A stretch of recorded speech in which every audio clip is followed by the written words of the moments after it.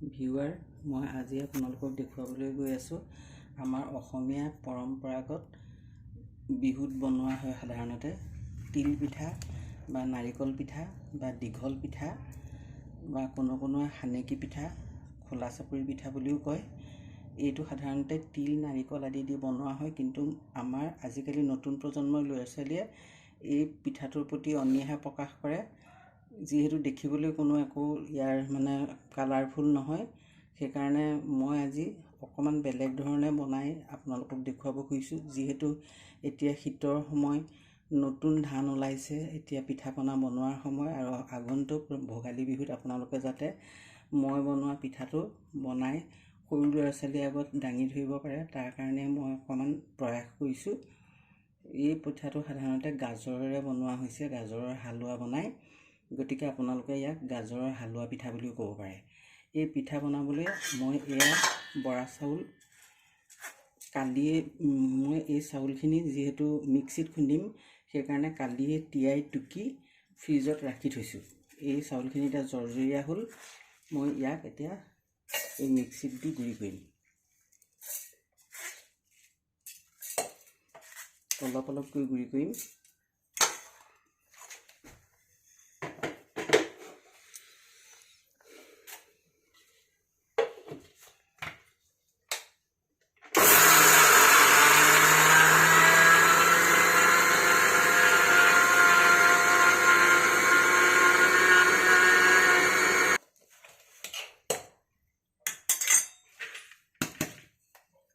এই পিঠাখিনি এনেকৈ খুন্দি ইয়াক মিহি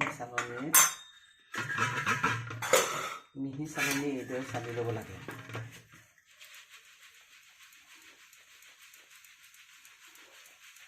যিহেতু পিঠাটো অলপ সেমেকা ভাগটো নাথাকিলে ভালদৰে নুঠে, সেইকাৰণে এনেকুৱা এটা পাত্ৰত, উদং জেগাত নহয়, এনেকুৱা এটা পাত্ৰত চালি ইয়াক ঢাকি ৰাখিব লাগে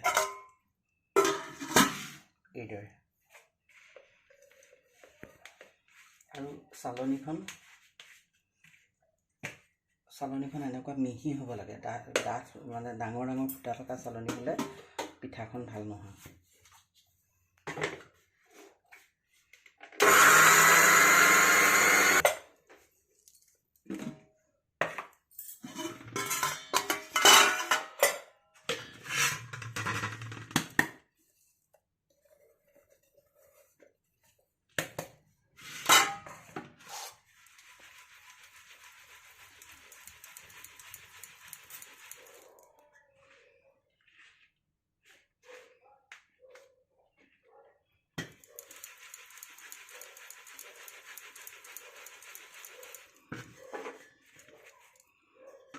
এয়া পিঠাখিনি এইদৰে মই গোটেইখিনি সম্পূৰ্ণৰূপে গুড়ি কৰি ল'ম।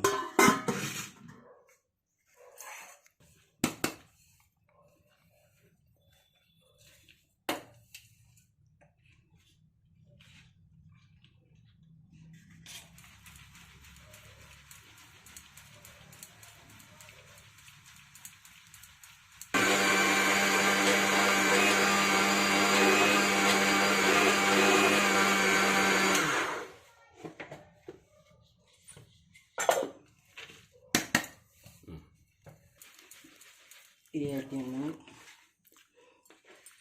বৰা চাউলখিনি গুড়ি কৰা সম্পূৰ্ণ হৈছে।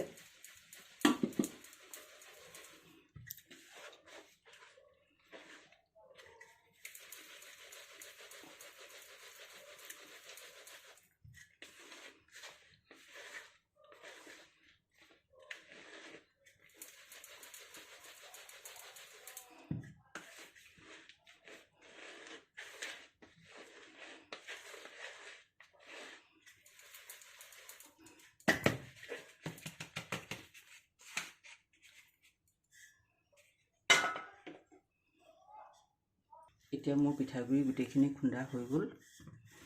এতিয়া এই চাউলৰ গুড়িখিনি মই এনেকৈ টিপি এখন ঢাকনিৰে সৈতে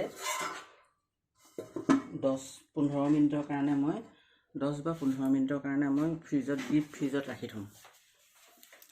10 বা 15 মিনিটৰ কাৰণে, কাৰণ এইটো ডিপ ফ্ৰিজত 10 বা 15 মিনিটৰ কাৰণে ৰাখি দিছোঁ চাউলৰ গুড়িখিনি, কাৰণ এই চাউলখিনি যিহেতু পুৰণা চাউল হয়, নতুন চাউল হ'লে এইটো ৰখাৰ কোনো দৰকাৰ নাই, ইয়াৰ যাতে সেমেকা ভাৱটো নাযায় সেইকাৰণে মই ফ্ৰিজত ৰাখি দিছোঁ। আৰু এই সময়তে মই ইয়াৰ লগত দিব লগা এই 10-15 মিনিটৰ ভিতৰতে মই পিঠাৰ মাজত দিব লগা যিখিনি উপকৰণ সেইখিনি তৈয়াৰ কৰি লওঁ। ইয়াৰ কাৰণে দৰকাৰ হ'ব 3টা মজলীয়া আকাৰৰ গাজৰ কাটি লৈছোঁ মই, সৰুকৈ টুকুৰা কৰি কাটি ল'ব লাগে। আৰু এই আধা ফালমান পৰিমাণৰ নাৰিকল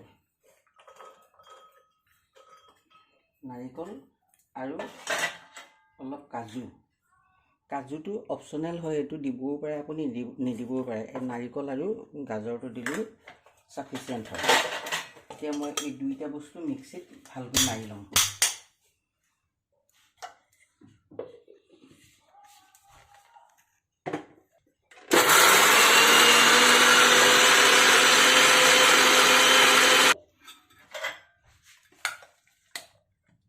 এই গাজৰখিনি সম্পূৰ্ণৰূপে গুড়ি নহ'লে সেইকাৰণে মই আকৌ এবাৰ দিব লাগিব। 2টা এটা টুকুৰা থাকি গৈছে, সেইকাৰণে আকৌ এবাৰ মই লৰাই মিক্সিত আকৌ এবাৰ চলাই দিব লাগিব।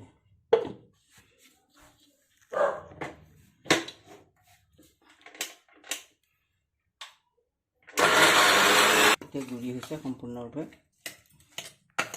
এই হালোৱাটো বনাওঁতে ইয়াত কোনো গাখীৰ বা পানীত বইল কৰি লোৱাৰ প্ৰয়োজন নাই, তেতিয়া টেষ্টটো ভাল নহয়। ইয়াৰ পাছত মই এতিয়া নাৰিকলখিনি গুড়ি কৰি লওঁ। নাৰিকলখিনি সম্পূৰ্ণৰূপে গুড়ি হৈছে। এতিয়া মই পিঠাৰ ভিতৰত দিয়া উপকৰণখিনি তৈয়াৰ কৰিবলৈ লৈছোঁ। প্ৰথমতে এখন কেৰাহী পাতিলোঁ।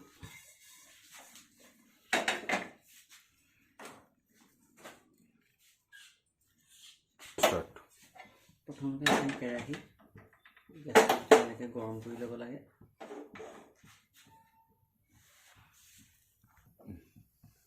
এতিয়া মই ইয়াত এই এনেকুৱা ডাঙৰ চামুচেৰে 1, 2, 3, 4, 5 চামুচ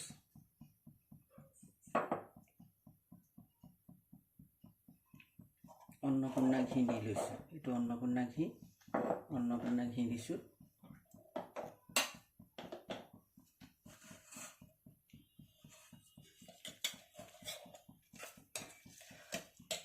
ইয়াত আপোনালোকে ইচ্ছা কৰিলে কমলা বাকলি গুড়ি কৰি গোন্ধটোৰ কাৰণে দিব পাৰে। মোৰ এতিয়া কমলা বাকলি নাই মজুত, সেইকাৰণে মই দিয়া নাই, এনেই নিদিয়াকৈ বনাইছোঁ। ইয়াৰ পাছত যিখিনি গৰম হ'লে ইয়াতে গাজৰখিনি দি দিম।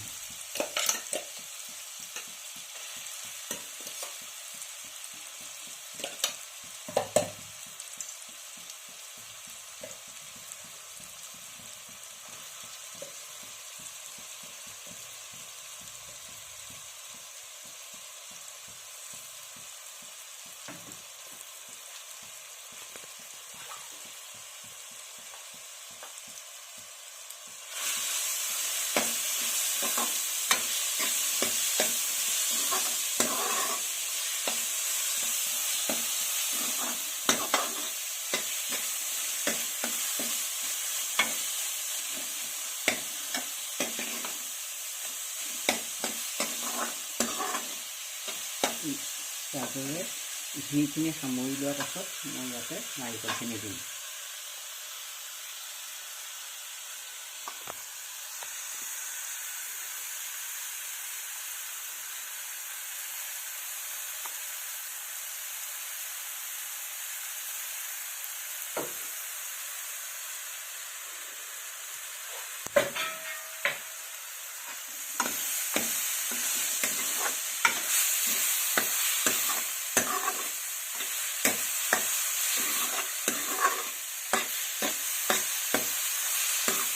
নাৰিকলখিনি দি খুব ভালদৰে অলপ জুইটো বেছিকৈ দি ভাজিব লাগে, যাতে ভালকৈ ভাত খায়।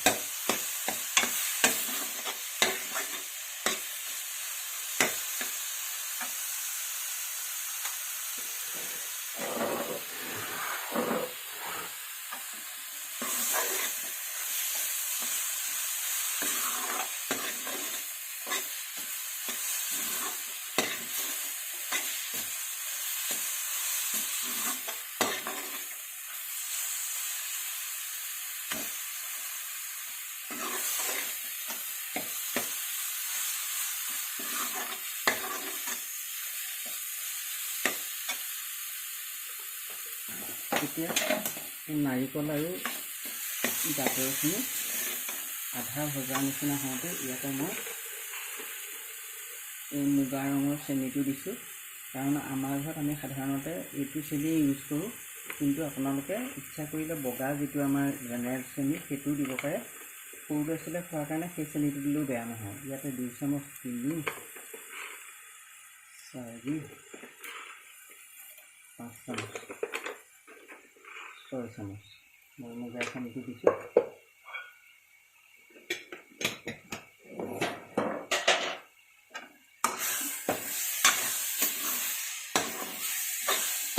ভালকৈ চেনিৰ পৰা ওলোৱা পানীটো শুকাই নোযোৱালৈকে এইটো লৰাই থাকিব লাগিব। চেনিৰ পৰা যিটো পানী ওলায় সেই পানীটো যাতে শুকাই যায়।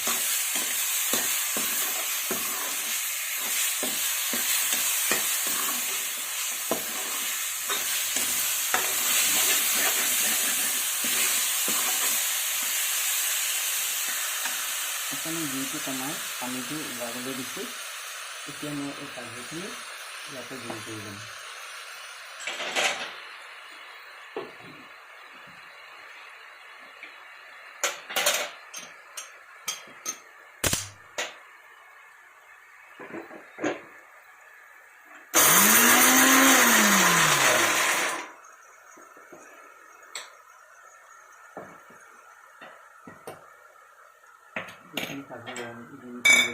কাজুখিনি এতিয়া নহয়, যেতিয়া সম্পূৰ্ণৰূপে হালোৱাখিনি হ'ব তেতিয়া দিয়া যাব।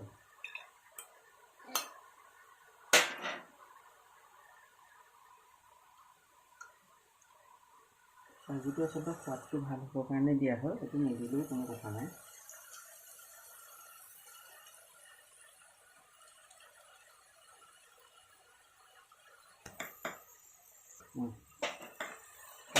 এইখিনি কাজু গুড়ি কৰি ল'লোঁ। কাজুখিনি আচলতে নিদিলেও কোনো কথা নাই, কিন্তু দিলে সোৱাদটো ভাল হয়। এতিয়া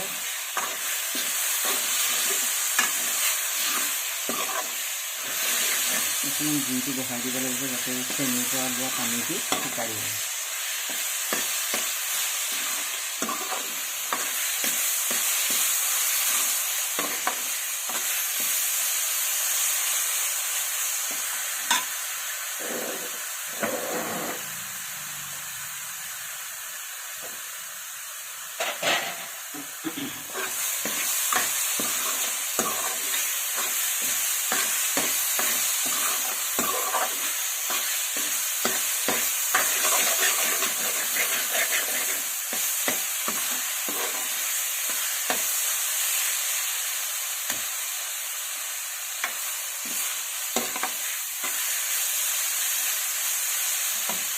এইটো আপোনালোকে গাজৰৰ হালোৱা নিদি মগু দাইলৰ হালোৱা বনালেও দি খাব পাৰে। সেইটো দিলেও পিঠাটো খাবলৈ সোৱাদ হয়।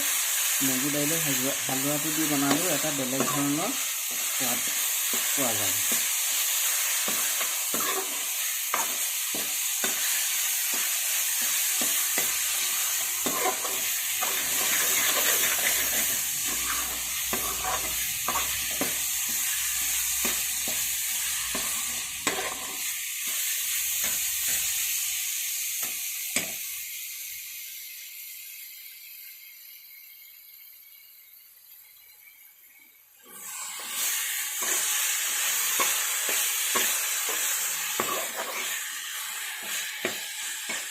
এই কেৰাহী বাতিত অলপ আঠা আঠা নিচিনা হৈছে। চেনিটো গলি আঠা আঠা নিচিনা হৈছে। দেখিছে, এইটো দেখিলে জানিব লাগে যে এইখিনি প্ৰায় আধা ভজা হৈছে। ইয়াৰ পৰা এই চেনিৰ ৰসৰ পৰা আঠা ওলাইছে। এতিয়া মই ইয়াতে কাজুখিনি দি দিম।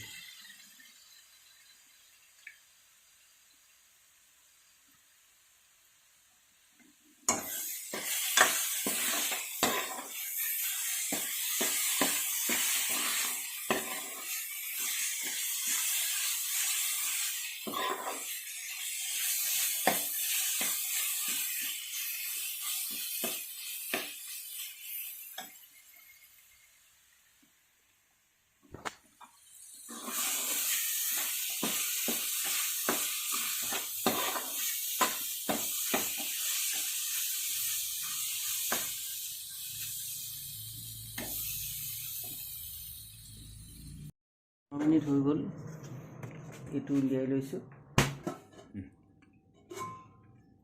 15 মিনিটৰ পাছত এই পিঠাগুড়িখিনি উলিয়াই ল'লোঁ। এয়া দেখিছে অলপমান সেমেকা ভাৱ এটা হৈছে। এতিয়া মোক দৰকাৰ হ'ব এটা এনেকুৱা খৰাহিত এখন কাগজ পাৰি ল'ব লাগিব যাতে পিঠাখিনি সেমেকি নাযায়। আৰু এখন পিঠা বনাবৰ কাৰণে এনেকুৱা ডাঠ তাৱা দৰকাৰ হ'ব। কিন্তু এটা কথা খেয়াল ৰাখিব লাগিব যে সেই তাৱাখনত যাতে আগতে তেলজাতীয় বস্তু বনোৱা নহয়। এইখন এক্সট্ৰাকৈ এনেকুৱা পিঠা বনাবৰ কাৰণে ৰাখি দিব লাগে। আৰু কিছুমান মানুহে মলা চৰু বনোৱা দোকানত এবিধ সানেকি বুলি পিঠা বনোৱা বাচন পায়, সেইটো কিনিও কিছুমানে কৰে। কিন্তু মই এই তাৱাখন অৰ্ডাৰ দি বনাই লৈছোঁ ডাঠকৈ। ইয়াৰ থিকনেছটো এনেকুৱা ডাঠ আৰু পিঠা শুকুৱাবৰ কাৰণে এনেকৈ লগাই থৈছোঁ। তাৱাখন যাতে তেল থকা তাৱা নহয় সেই কথাটো বিশেষভাৱে মন কৰিব। এইখন এক্সট্ৰাকৈ ৰাখি দিব লাগে। আৰু তাৰ কাৰণে তাৱাখন মোহাৰিবলৈ এখন শুকান কপাহী গামোচা হ'লে বা কপাহী কাপোৰ হ'লে ভাল।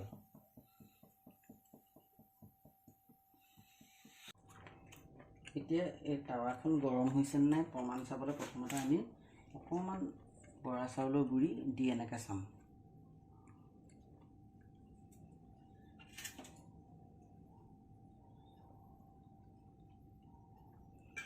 এনেকৈ উঠি আহিলে গম পাব যে তাৱাখন গৰম হৈছে। তেতিয়া আমি পিঠা বনোৱা আৰম্ভ কৰিম। এই গুড়িখিনি ইয়াৰ লগতে দি দিলেও একো বেয়া নহয়, দিব পাৰে ইচ্ছা কৰিলে।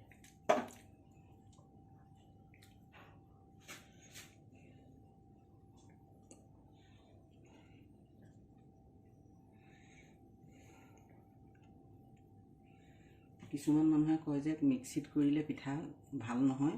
সেইকাৰণে মই যিখিনি মানুহ কৰ্মব্যস্ত মানুহ সেইখিনিৰ কাৰণে এই পিঠাখন কেনেকৈ মিক্সিত মাৰিও সুন্দৰভাৱে কৰিব পাৰি তাকে দেখুৱাবলৈ লৈছোঁ। আপোনালোকে অনুগ্ৰহ কৰি ঘৰত চেষ্টা কৰি চাব। আৰু যদি ভাল পায়, আপোনালোকৰ পিঠা যদি ভাল হয়, মোৰ চেনেলটোক এটা ছাবস্ক্ৰাইব কৰিব, লাইক কৰিব, কমেণ্ট কৰিব।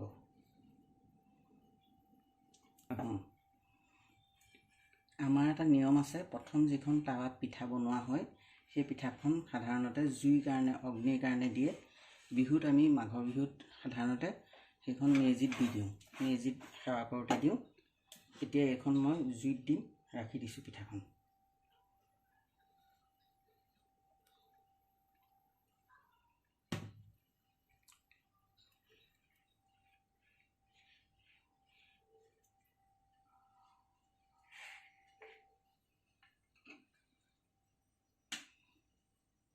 এনেকৈ বস্তুখিনি ভালকৈ মাজত দি দিব লাগে,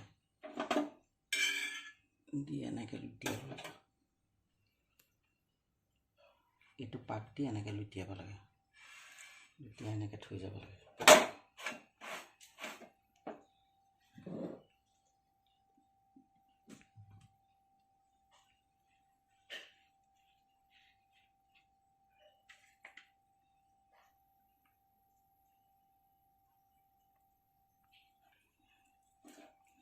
এই পিঠাগুড়িখিনি টেৱাত দিওঁতে এটা কথা লক্ষ্য কৰিব লাগে, যাতে এনেকৈ পিঠাগুড়িখিনি লৈ একেবাৰতে যাতে মেলি দিব পাৰে। দুবাৰ তিনিবাৰ কৰি থাকিলে পিঠাখন ফাটি যায়।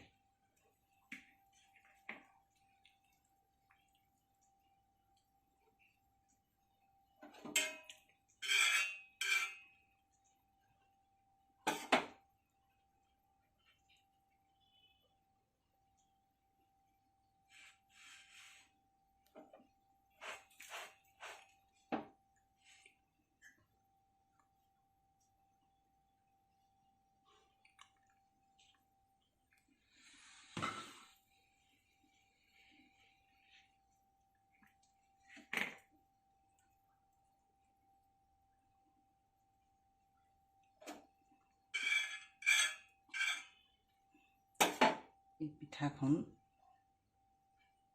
তাৱাত হোৱাৰ লগে লগে উঠাই থ'ব নালাগে, ইয়াক শুকাবলৈ মৰমৰীয়া হ'বলৈ এনেকৈ দি থ'ব লাগে। এনেকৈ তাপত মই এইডাল বনাই লৈছোঁ পিঠা শুকুৱাৰ কাৰণে। আপোনালোকে বেলেগ এখন টেৱা পাতি তাতো পিঠাখিনি শুকুৱাই ল'ব পাৰে। সিটো চাইডৰ বাৰ্ণাৰটো শুকুৱাব পাৰে, মই কিন্তু একেলগতে ইয়াতে শুকুৱাম।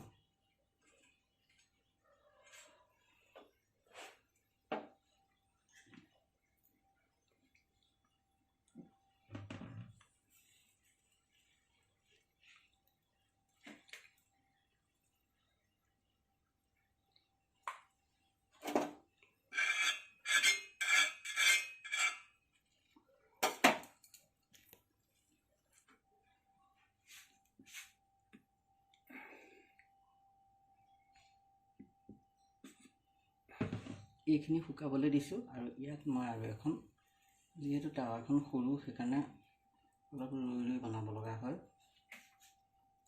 জুইত বনালে আপোনালোকে ডাঙৰ টাৱাও ল'ব পাৰে।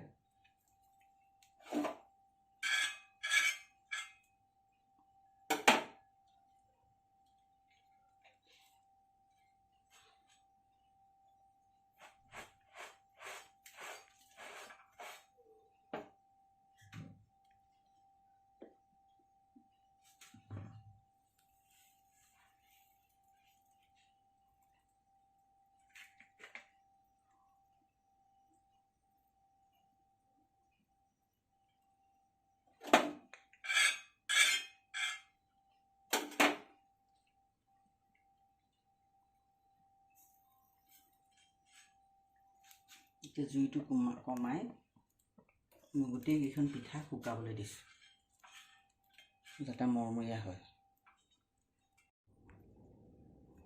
এই পিঠাখন এনেকৈ ভাঙিলে শব্দ হোৱালৈকে, এনেকৈ যাতে ভাঙিলে শব্দ হয় তেনেকুৱালৈকে আপোনালোকে মচমচীয়া কৰিব, তেতিয়া সৰু ল'ৰা ছোৱালীয়ে খাবলৈ সোৱাদ পাব। আৰু ইয়াক ভাঙি দিয়াৰ পাছত এই ভিতৰত এনেকুৱা কালাৰফুল বস্তু ওলালে তেওঁলোকৰ মন আকৰ্ষণ হয়। সেইকাৰণে এই পিঠাকেইখন আচলতে মই বিশেষকৈ সৰু ল'ৰা ছোৱালীৰ কাৰণে তৈয়াৰ কৰিছোঁ। আৰু আপোনালোকে যদি এইদৰে বনাই খাই ভাল পায় বা খুৱাই ভাল পায়, তেতিয়াহ'লে ভৱিষ্যতলৈ মোৰ নিজৰ অভিজ্ঞতাৰ পৰা এনেকুৱা ধৰণৰ অতি সহজতে বনাব পৰা পিঠা পনাৰ ভিডিঅ'বিলাক পাবৰ কাৰণে ছাবস্ক্ৰাইব কৰিব আৰু লাইক কৰিব। ধন্যবাদ।